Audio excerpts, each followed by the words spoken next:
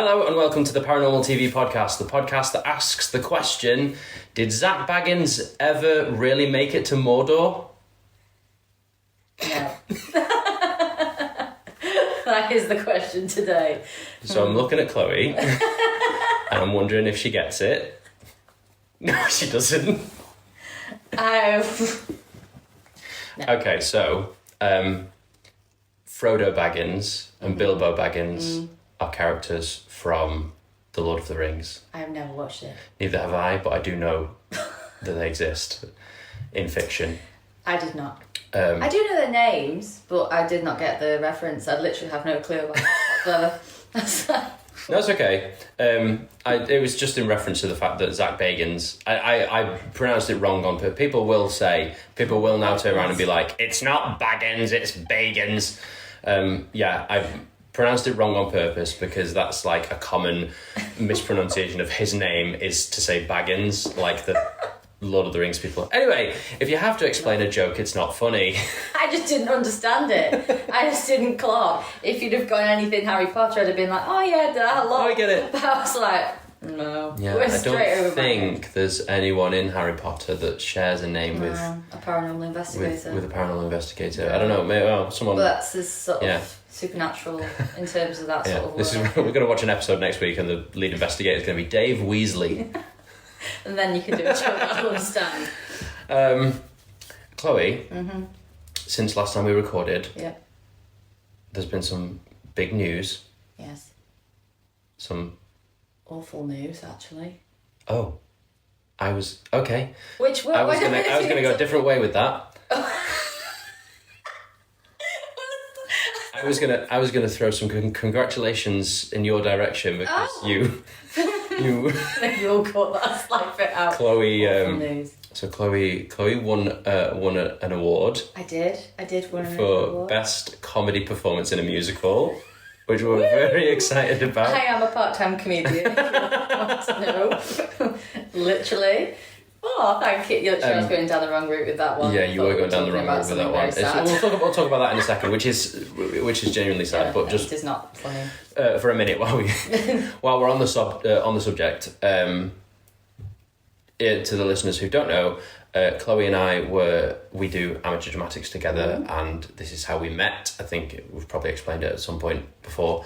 And last year we did Kinky Boots the Musical together. Chloe played Lauren and was nominated for a NODA award this year and won for Best Comedy Performance. I was quite shocked actually when I won, but I wasn't. Really nice. I wasn't. Really good. But it was such fun as well. We had loads of fun doing that show, didn't we? It was really nice. Yeah. To sort of reminisce about it as well on the night, which was really lovely. But at least we took an award home. That's the amazing thing. The show was amazing. The show was amazing, and you were amazing, and that was paid for in the form of an award. It was brilliant night. Now some sad news. It's good news in the long run because it's come to light and it's been rectified, and there's no real way you can get around talking about it without just saying it out loud. Aaron Goodwin, who is a famous paranormal investigator, who I really like. I think he's the best person on his TV show, which is Ghost Adventures, which we are reviewing today. He's my favourite member of that team. It's come out in the news this week that his wife has supposedly sought after a plot to have him murdered, which is just fucking outrageous. There's no words for it. It's absolutely shocking, and I can't imagine how he's feeling himself. How would you feel yourself? Things he's been through himself as well. Finding that out, because as well, it's come through almost a complete fluke. So she was messaging a convict in Florida who had murdered his own parents and brother. He managed to smuggle a phone into his cell, and she then had been messaging him on this phone. The police found the phone after, I guess, like a search of his cell or whatever, and have found the phone, read the messages, and this has now all come to light. Had that not happened, we don't know what the world would be right now. But thank God it did happen. So lucky. Sending all the love in Aaron's direction. I hope he's doing good, and or as good as he can be. Our thoughts are with him. 100%. Is there any more news that's happened? Because it's been a long time since we recorded. Because we recorded the first 2 episodes about 12 weeks ago. That was about 12 weeks ago. And so much stuff has happened in the meantime. Just trying to catch up more than anything. Oh, here's a piece of news that we haven't mentioned yet. We're in the same room. Yeah, we're actually recording not over Zoom, which is a new way of doing it for us. This is novel, isn't it? Yeah. This is nice. So we're not just sat across a computer screen. Yeah, because we are in the same room recording today. I did manage to edit it out of the last episode, but within the first 15 seconds, I went, "Oh, sorry, no, I've lost you, Chloe, I've lost you." And you were just talking, merrily away. And we couldn't hear each other. So this is much simpler and easier. This is nicer. It's a nice ambience. Yeah. Yes. There we go. There's the introduction done. Shall we? Let's get to it. Move into the main bulk of the episode. Topic of the day. The topic of the day, which is Chloe. Do you want to take this? We are looking at Ghost Adventures at Bobby. Is it Mackey's? Bobby Mackey's Music World. Season 1, episode 1. Which was actually a roller coaster of an episode to watch.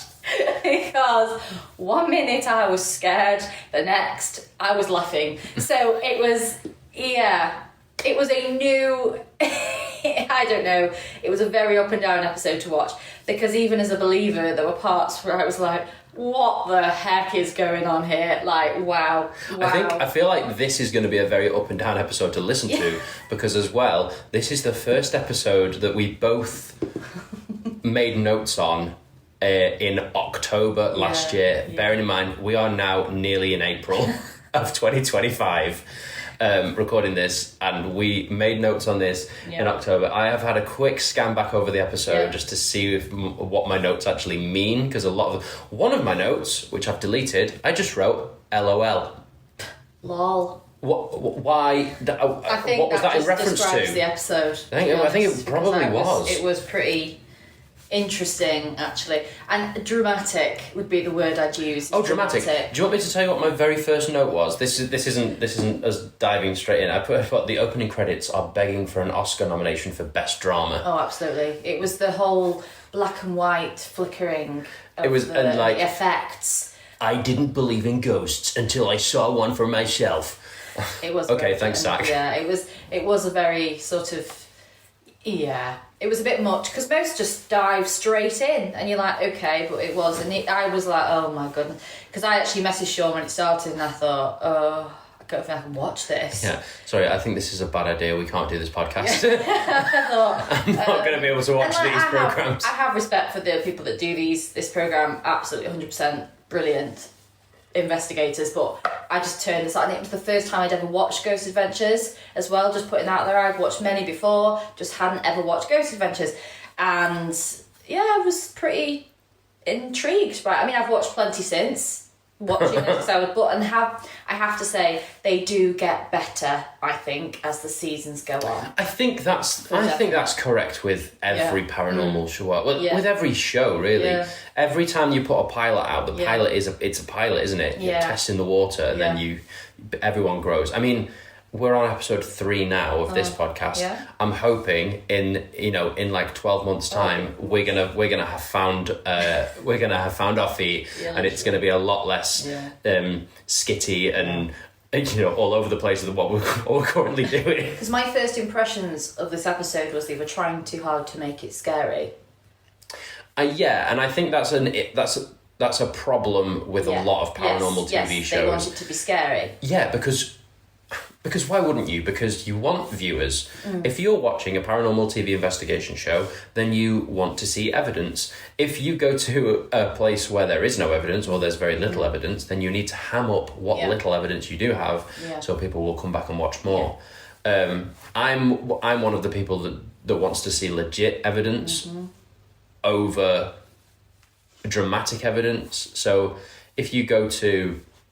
If you're a paranormal investigation TV show that goes to 30 East Drive and nothing happens, I'd rather you just air that and be like, look, we still believe it's really haunted, it's just that tonight nothing did happen. Energy, nothing happened. Yeah. Which is what we spoke about a few weeks ago, didn't we? And we said, when we go to properties or buildings or anywhere that's haunted, we want to know nothing about it, because I know I will trick myself into experiencing things because I'm scared or I'm worried or I'm nervous. Yeah.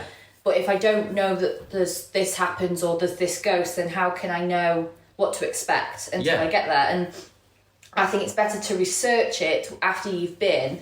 This experience happened to me, why? So then you can look back and go, oh, it was that. And then you can shit yourself. Yeah, and if you catch an God. EVP and you think to yourself, oh, that might have said Jessica, and then you research the place after the fact and find out that someone called Jessica died there, that makes for better paranormal evidence than if you go in going, right, I'm listening for the name Jessica because I know someone called Jessica died here. Which is what a lot of these shows, that none of them do that, which some of them do, but a lot of them have all the knowledge they're going in for, so they're already there, know it. I mean, for a TV show, it's different because they've got to explain to the viewers why they've gone to this place, what they're looking for, and, you know, where's the most haunted part of the building. But I do think it does cloud the judgment sometimes of, is it real, or have I just imagined that, or is it but even just knowing the most haunted part of the building, you're that's also kind of clouding your judgment, because you're going into then that part of the building thinking loads is going to happen here, and then something as small as like a bird chirping outside a window could sound like a voice to you. Well, yeah, anything could. But also what we have just touched on is has very playfully launched us into my literally second note, which it's gone really well today, Chloe. It's literally, we're getting pros now. So I put, there is a sign as you walk in warning people about the ghosts. And it literally says, this establishment is purported to be haunted. Management is not responsible and cannot be held liable for any actions of any ghosts or spirits on this premises. That's why so many people have paranormal experiences. They are conditioned to already believe it's haunted. That's my view on that. You're already going in with a worry that you're going to get attacked or hurt or severely traumatised by what you're about to experience. Exactly. So that's already on your head. Because, interestingly, that wasn't my first note, which I must have just gone, okay, fair enough, you've made a note. But you're right, because what you've done there is clouded the judgment. Now, by the end of the episode, I was thinking the same as you, that they've got that idea in their head and they already went in terrified to investigate this place. They already went in terrified because this is known as a very haunted building in America. It's very well known. And to be fair, why would they go there if it wasn't known to be haunted? You wouldn't invite ghost adventures to somewhere that's not. My first note that I made was the head of Jesus and the break on the neck of this ornament. Oh, it's there. They're sort of being taken around on the floor, aren't they? Yeah, and that was the first thing that stood out to me, because if you are talking about a demonic presence in a building, then yes, that to me was like, okay, that's a bit strange, because obviously that is something of religion, and we know that when it's a demonic presence, they automatically have a very strong sort of opposition to anything religious, because obviously that's them that can cause them to be exorcised and all that jazz. However, they sort of looked at it and then went, oh, there's a crack on the neck, and then it became a big dramatic thing of, whoa, there's a crack on the neck, whereas I would have gone, right, okay, that's a bit strange. But again, that evidence was the first thing I thought, okay, we've noticed something here, but I, looking back, don't know if you can say that's a paranormal piece of evidence, because that could have just fell. Yeah. But it was strange that it was on the neck, because if an ornament had fallen on the floor, which is why I wrote it down, surely it would shatter. I'll be honest with you, I didn't write that down at all. I didn't write anything down about the Jesus thing. I just think it was... I didn't think it was anything. But what I would say is... I understand what you're saying about it maybe shattering, but when you look at just looking at it from a skeptic's point of view, and I'm putting my little skeptic hat on, if something was to fall, something like an ornament like that, it's either not going to break at all, it's going to shatter, or the one in between is it's going to break at the weakest point, and the neck would be the thinnest point on that ornament. Because that's the one of three things that will happen. The thing they connected with that when they were having the tour was the portal to hell and heaven. Yeah, it's only the portal to hell though, isn't it? Heaven. Did they say heaven? They said heaven. I thought they only said hell. Portal to hell and heaven. They were talking about this. Which is the well where the lady's head was supposedly thrown after she'd been decapitated. So that's why the break of the neck was curious. That was okay. I get that now. You see, now that was my next point because she was decapitated. Yes. So that's why they saw this as the plea for help, as it's Jesus, and a lot of people look to Jesus for hope and inspiration and support and guidance. And then this ornament is there with the break on the neck. And that's when they talked about the portal to hell and heaven. Now, they didn't say there was a portal to heaven there, but they were talking about there are portals to hell and heaven.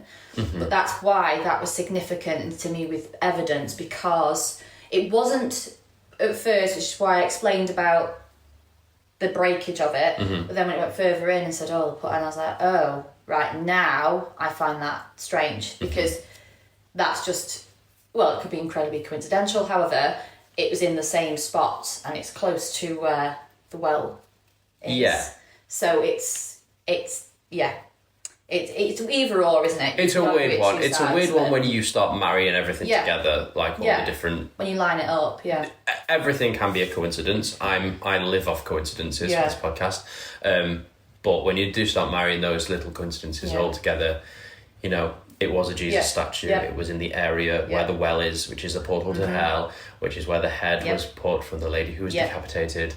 And I can see why people start coming to that conclusion. But as a skeptic, you could say that someone had put that there just to... I could, but I'm not allowed. You're not allowed to say on this that. podcast. Not here. But that's it. And then what followed on from that, so it's just all one big point, was there was too much then of focusing on this silhouette on the fridge. Now, even I think it was light from the camera, because the light literally moves swiftly across as is this the moves. Okay, because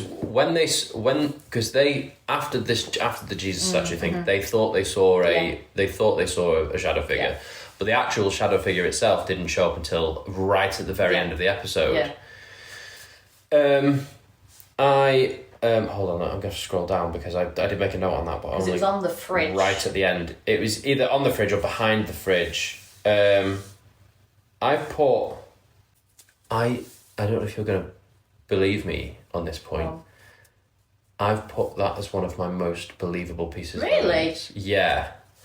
The apparition in the basement gave me goosebumps, assuming this isn't a member of the crew or a trespasser. That is creepy as shit and hard to explain. It ain't dust and it ain't a spider's web. Unless it's some kind of shadow. I don't know if there's any windows at the back of that room. Sometimes, when if a car goes past your house and the shadows go across the room.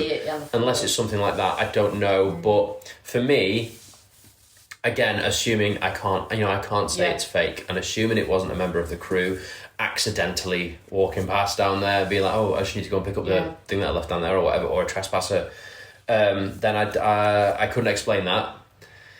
Apart from if maybe, but then I don't know if it's because it's like a basement room, isn't it? Yeah. So why would there be a windows back there for a car? There wasn't any windows or light. The only light coming in was from the camera light. That was it, and that was the argument even they made. They weren't sure if it was something or the light from the camera, because they said that themselves, didn't they?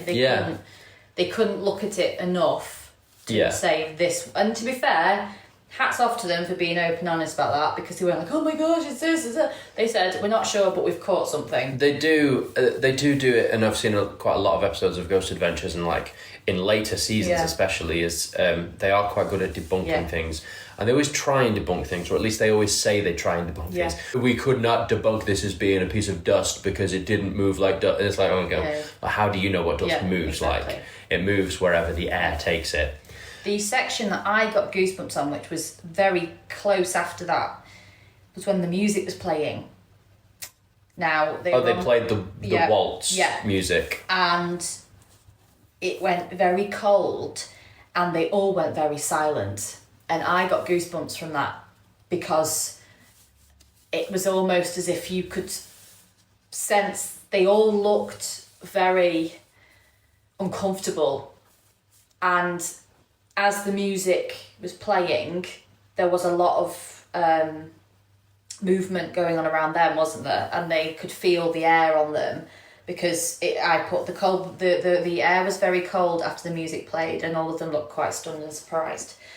And as a viewer, I went, ooh, like that, because you could just sense that even because they didn't say quite a lot about it. Yeah. But you could tell that they knew then that there was something with them. And the way I look at things as a believer is people's reactions. Because as humans, when we feel uncomfortable or unsafe in an environment, our bodies shut down, or they sort of... It's fight or flight, isn't it? Yeah. And what they tended to do in that situation was all of them were quite still. They were very stoic. Yes. Yeah. And that to me, I got goosebumps because I thought, ooh, there's something around you there. And it was a shame really, because I wish they'd talked about it more. Because they all said that there's something with us here, we can feel something. Yeah. But they swiftly moved on. Now, was that out of fear? Or... Flight. Yeah, they wanted to get out of that room. Which, as an investigator... I mean, I would struggle with it myself, because I know that if I was in a haunted building and something I would go out, I would move out the room, because I couldn't stay in there, because I'd feel uncomfortable. Because I think when you do get that kind of feeling, it's a fear, isn't it, of what's going to happen, and you're unsure. And I mean, you know me. I think we talked about this on the last episode, or the first episode. We talked about this at some point, and for me, seeing the way a person feels is not enough for me to. Yeah. It's not enough for me to go, oh, there's something weird going on here. You know. Everything that you did just explain, as much as you say, you know, like this is what I look at as a believer. I could counteract literally everything that you just said with is psychological. Yeah. Well, yeah. I could be wrong. You could be wrong. Who knows? Actually, really quick shout out to Pursuit of the Paranormal podcast, because they did have us on a few weeks ago to promote the podcast, but also very recently, I think it was yesterday actually, they put a video on their TikTok talking about how the world of the paranormal could all be just psychological human reaction rather than actually paranormal. They didn't say it's definitely that. Yeah. Obviously, we've met them, we know them, we know that they are believers, but they're putting the conversation out there because there are so many people that are either one side or the other. I know that me and you are both very open I don't think to different sides of things. Answer. I really don't think there'll ever That's the thing, and someone commented on this video saying, we won't know until we die. No. That's the thing. We won't know. We won't know until we die. No. Which is fine. It's nice to leave that bridge open, but I like the relationship that we have with the paranormal, because you're a believer, I'm a skeptic, but we both like to listen to each other's sides. You have the other two ends of the spectrum, which are, no, it's fake, fuck off, and it's true. Yes, it's real, you're stupid, get out. Because even I said to Sean, there's things that we've watched where even I've gone, no, that's not. Yeah, because... And because I know where something is staged or if it's real. Because I think if you believe too much in this, you can end up down a rabbit hole of of fear almost, because that's exactly that's exactly the reason why I stopped. I used to be a believer. We've had this conversation before. I was a believer years and years ago when I first started watching. Most Haunted was the first show I ever watched as a young teenager, and I was a believer for most of my teenage years. And it was when I got to my early 20s, I got to the point where I was so scared, so I tried to look for a reason to not be scared. So I started listening to more of the skeptical side of things, and they go, oh well, actually this is a real thing in psychology: pareidolia, psychosis, hallucination, or audio pareidolia, where you might hear a pigeon outside but it sounds like a lady going yoo-hoo. Yes. Do you know what I mean? Yeah. And actually, just very quickly on the point of pareidolia, where we were talking about the Jesus statue just a minute ago, just before they notice the Jesus statue, Zach sees a face on the wall. Yes, I'd forgotten about that. He even points it out with his fingers. He goes, here's the eyes, here's the mouth, it's a screaming face. Chloe, there's nothing there.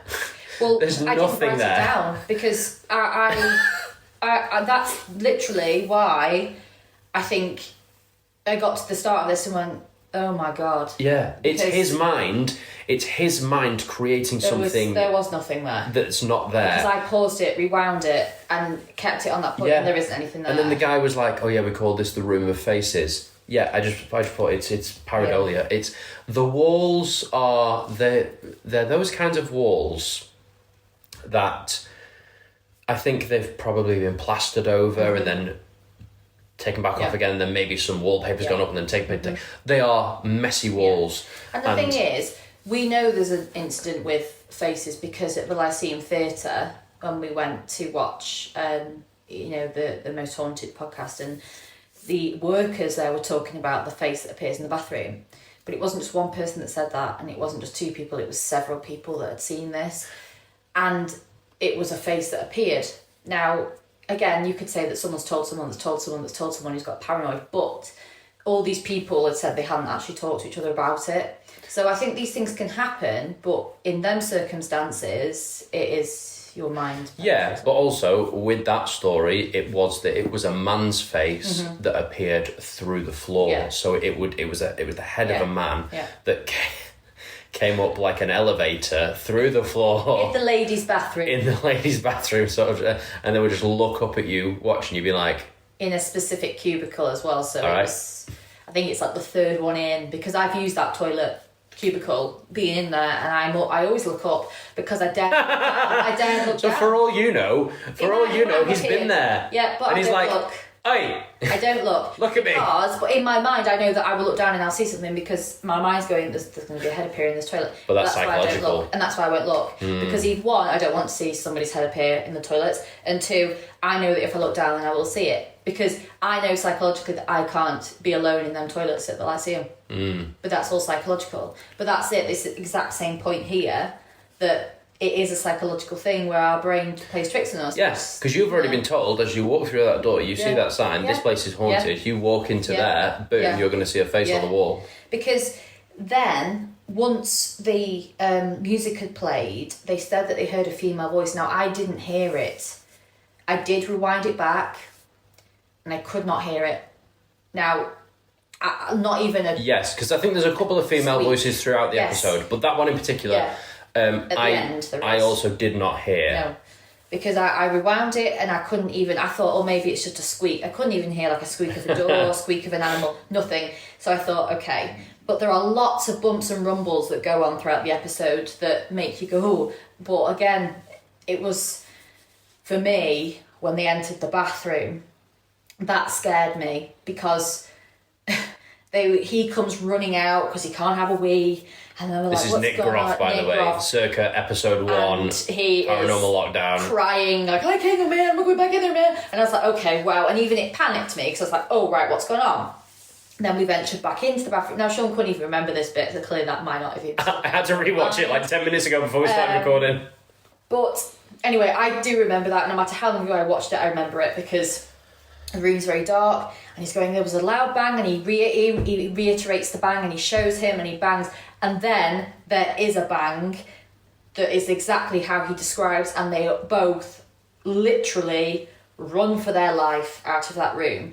Now, I don't know where the bang... It sounded like it was coming from the attic above, which they'd just been in. I don't know. At that point. I couldn't say, because, I haven't just rewatched it then. The bang is...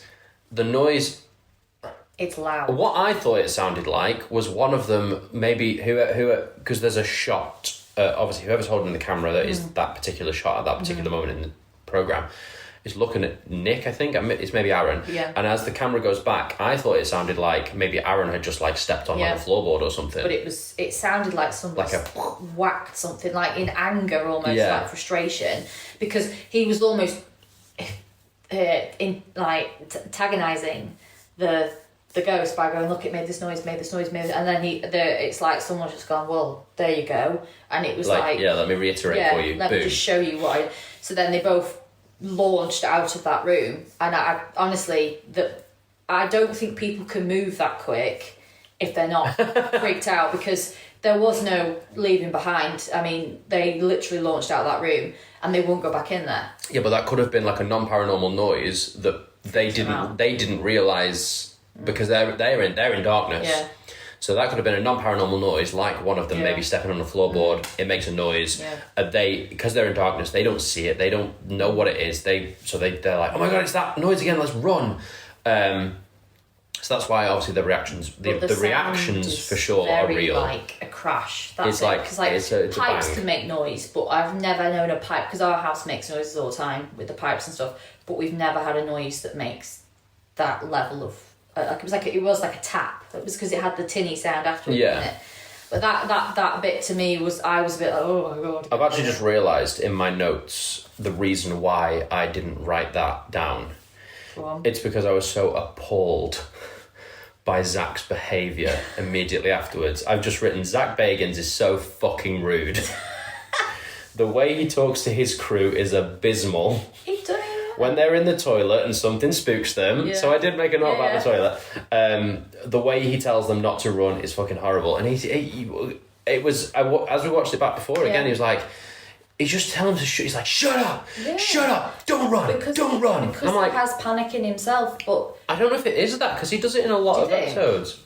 Why does he act like that then? But then again, so if you're going to do the show with someone, I'm sorry, you're going to have to deal with the fact that some people are going to actually run for their lives, which I would.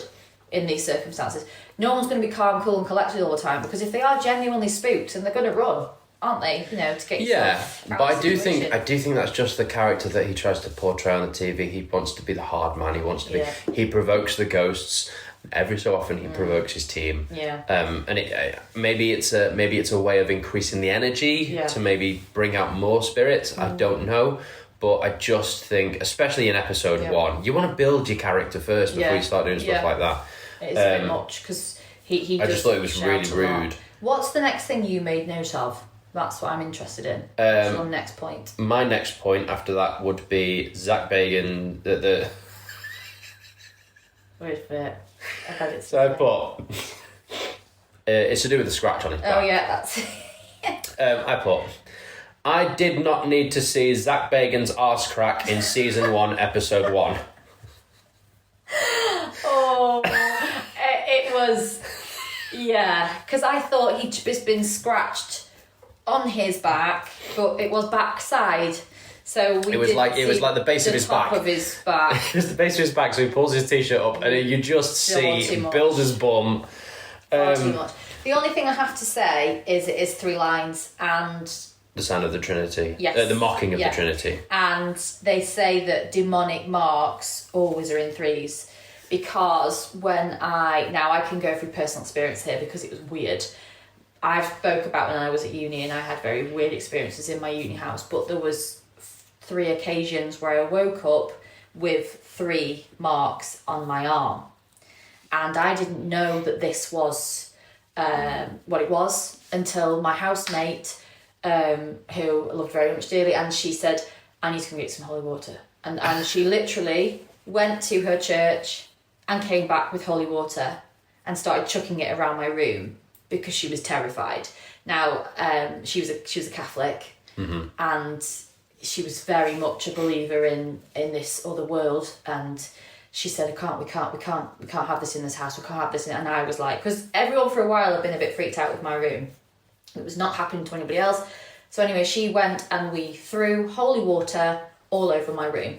And I vividly remember this because I was like, what on earth is going on? Because I just thought I was scratching myself in my sleep, and she was like, nope, that would always be my assumption. And that was it. And it never happened again.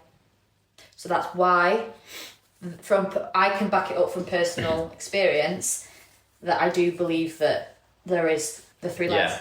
But we don't know. Yeah. We didn't see what happened in the room he was in. Yeah. But the marks are. So I put on the topic of the actual scratch itself, I put the scratch on Zach's back could have easily been a great piece of evidence if it wasn't for Zach's very clear lack of ability to act. Yes. I can't remember exactly how it played out, so I'm not going to be able to do an impression for you guys. I'm sure you're devastated. But I remember it. I remember him being like, I remember watching it being like, oh, come on, Zach. And I know I'm not. Sean outside of the podcast would be like, he's done it himself. Mm-hmm. He's done, like, you just do that, and then boom, in 2 minutes, like, that's gonna be 3 scratches on my back. Sean on the podcast, who's not allowed to do that. I couldn't explain. Like I said, it could be a good piece of evidence, but his acting ability let him down. He was so dramatic, but also that would come from fear. But then he was shouting, like you say, he was shouting at the others for acting the way they did. Yeah. He acts like that in that situation. Yeah. So it's almost like in these episodes, no one else is allowed to be freaked out, but at the minute he gets freaked out, it's okay. Yeah. Because he thinks that is an actual demonic interaction.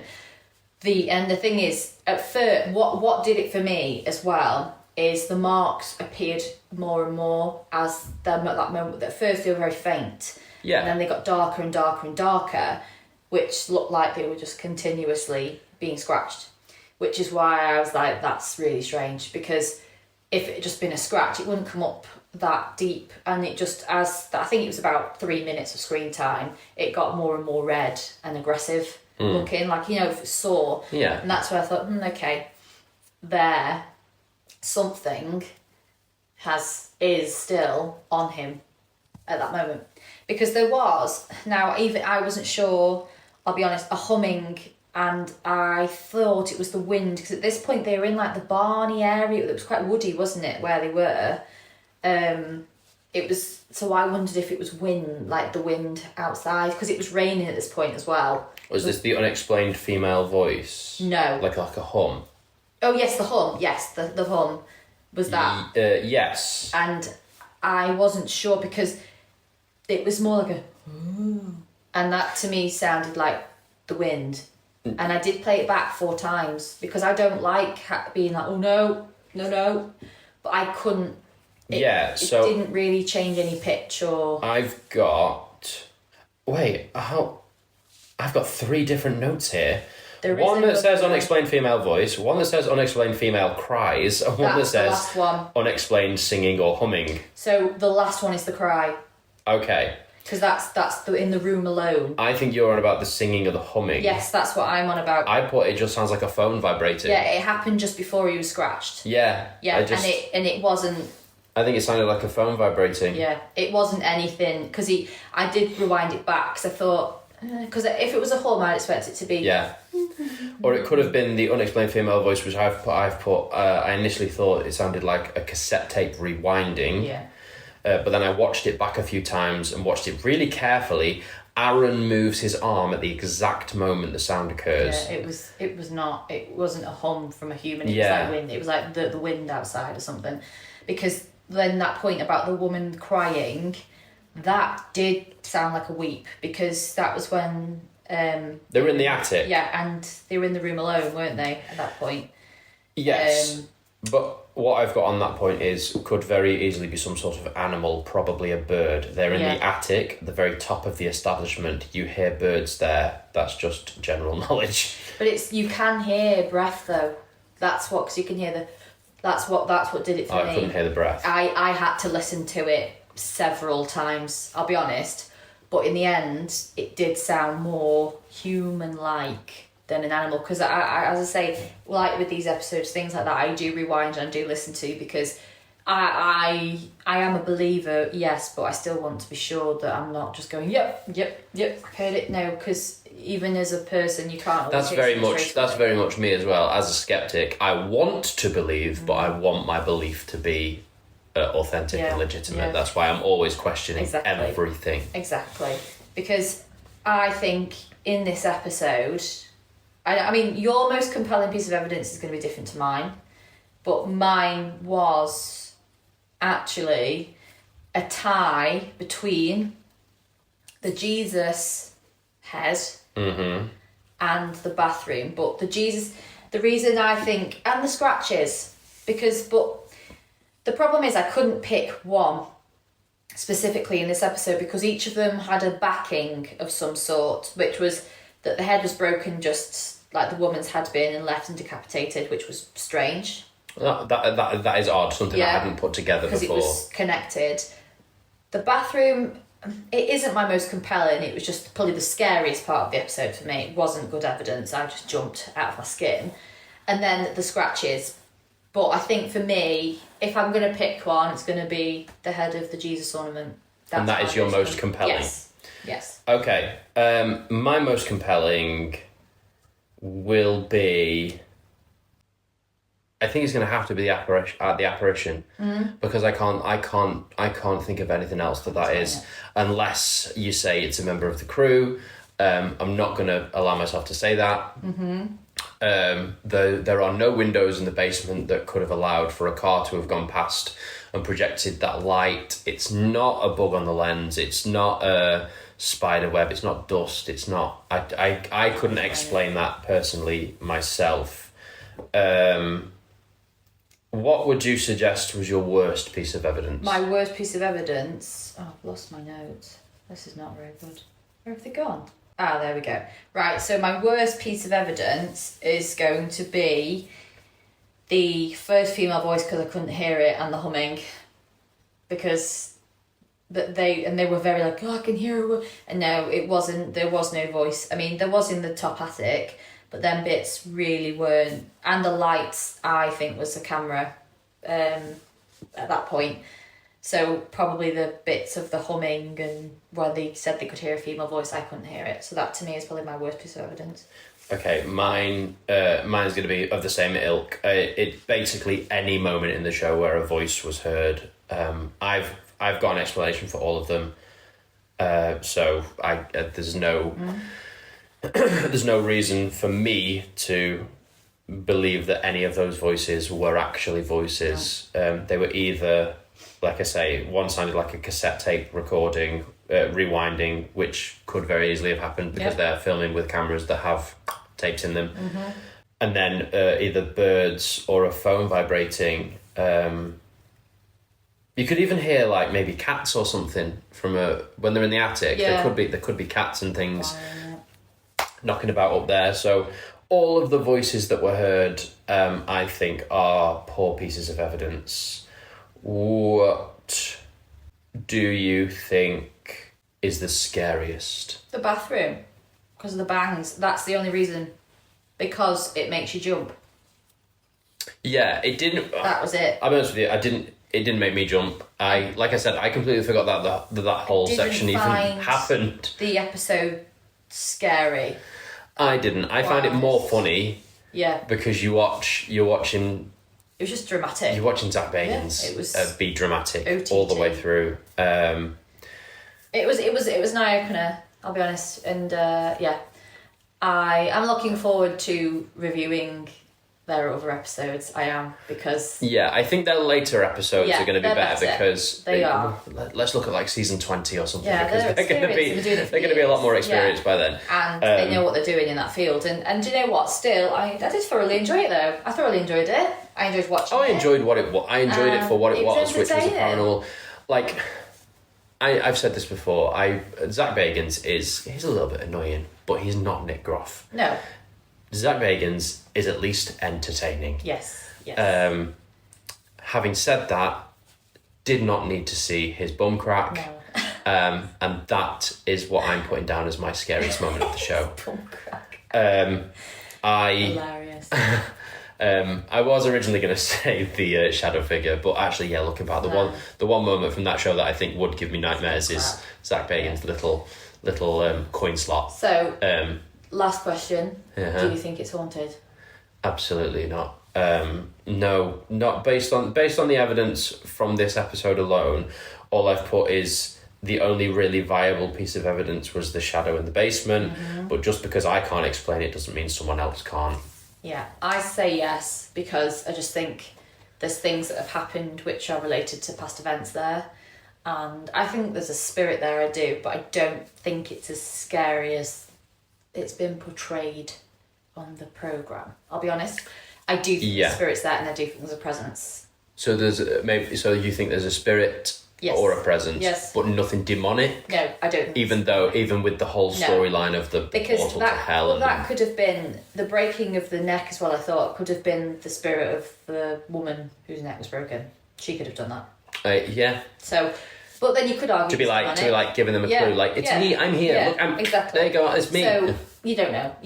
But it wasn't as like bang bang as some episodes we've watched where it has been like, wow, there's too much going on here. Like others we've reviewed where it's just too much going on. That was at a level where I think, yeah. But I was going to actually just say to the listeners an idea now for an episode. Now, not recent, not in the next few weeks, but maybe in a month or two, so we get time to gather them. We'll put a post about this on the TikTok and the socials. But I think it's a good idea for people to write into us or comment ghost stories that they've experienced. Yeah, absolutely. We can look at them and have a think, do we think that's... Oh, I like that. Give us your ghost stories. Give us just ghost stories. Your personal stories that have happened to you. Yeah. And we will decide between ourselves if we think they're real or not.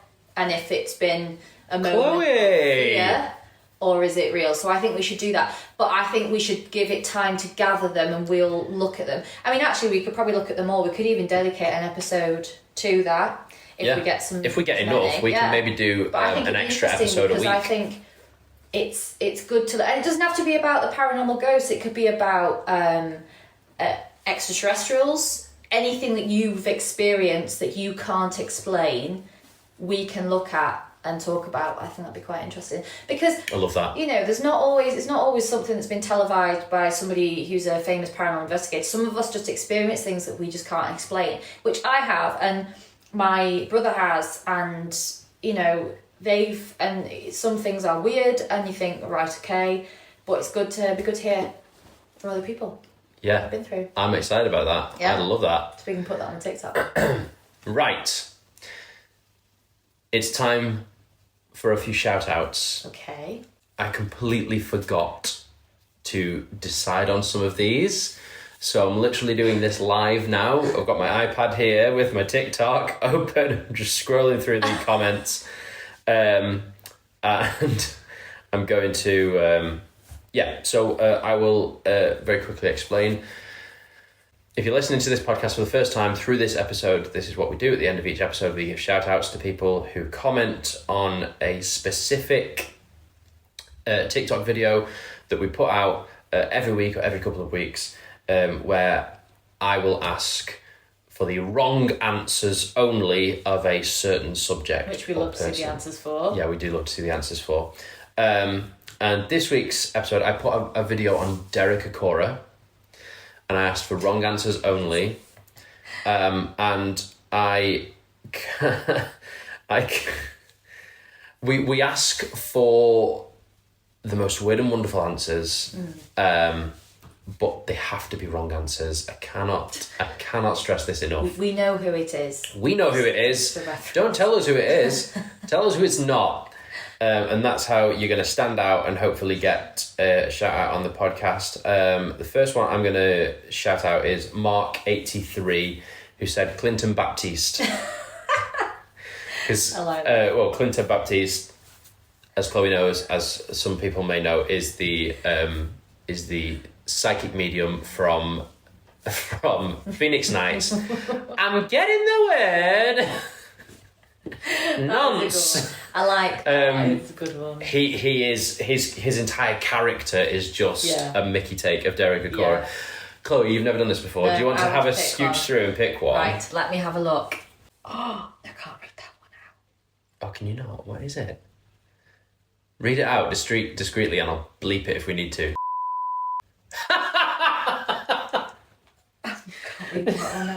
Honestly, we'll just have to cut some of this bit out and look in, because else I'll be just sitting in silence. Now, I just find this hilarious because it literally makes me howl. Cuddle Bear 0345. His name is Jeff. I'm getting his name is Jeff. I just can't read that any other way, and I love that. His name's Jeff, because that is literally what we get from him. Absolutely cracking. Oh my god! Wow. Barry Manilow. Oh no. Oh, Chris Spin. It was Derek Trotter. I like that one as well. That's brilliant. They're really good. Derek But some Trotter. of them I will not read out. Okay, I like to do this every week. Give someone a shout out for the most weird name that means absolutely nothing, because we do ask for weird and wonderful names. Yeah, this is the top one. Yeah, Ed Howlett gets a shout out for. I don't even know how I'm pronouncing this. Isambard Kingdom Brunel. Okay, that is random. That is random. We like random. We like random. Now, a few people did say this name, but it's a very specific reason this name was given. This is just the first person I've come across. Saint Sugal the Ungodly. This is the person that's the person that's getting the shout out. That's not even the name. Yeah. Wrote Creed Kafer. Right. Do you know what Creed Kafer is in reference to? No. So basically, Derek Acorah. Thanks everyone, by the way, for your shout out, for your answers.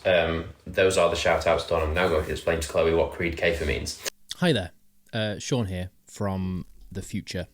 In the next couple of minutes, you're going to hear me say a few things about Derek Acorah being the resident medium on Ghost Adventures. Now, I know that's incorrect information. You know that's incorrect information. Everybody knows that is incorrect information. In the moment, while I was recording this episode, I wasn't fully paying attention to myself, and those are the words that came out of my mouth, and I didn't correct myself, but I just want you to know that I fully understand that Derek Acorah was the resident medium on Most Haunted. Thank you, as you were. Creed Kafer came because Derek Acorah was sacked from Ghost Adventures because he was caught faking on the show. Yeah. Now, Ghost Adventures used to have their resident medium, who was Derek Acorah, and they also had a resident skeptic on the show. I cannot remember the guy's name, and I feel really bad because he did some good work. This was one of the pieces of good work he did. All right. He gave a fake name to Derek Acorah. He fed him. Yeah, like he fed when he was him doing his... he fed him a fake name. Yeah. Let's say they went to 30 East Drive. Yeah. They weren't there, but they were somewhere else, whatever. And he managed to feed this fake name to Derek Acorah, and the name was Creed Kafer. And then while they were on the investigation, Derek Acorah went into he went possessed, became possessed by this ghost. And they said to him, "What's your name?" And Derek Acorah came back with Creed Kafer. And that's how he was found out to be a fake. Wow. Creed Kafer is an anagram of Derek Faker. Wow. Yeah. So that's how he was found out to be a fraud on Ghost Adventures, and why he was subsequently let go from the show. He was exposed by the medium. Yeah. Well, fair enough. You think he's fake? You say it, mate. There we go. That's good. I mean, It could have gone the other way. It could have been like, right, I've been told to say Creed Kafer, but I know that's a fake name.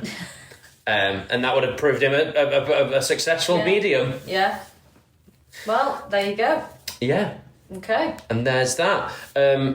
Thanks everyone for listening. This has been Ghost Adventures Season 1, Episode 1, Bobby Mackey's Music World.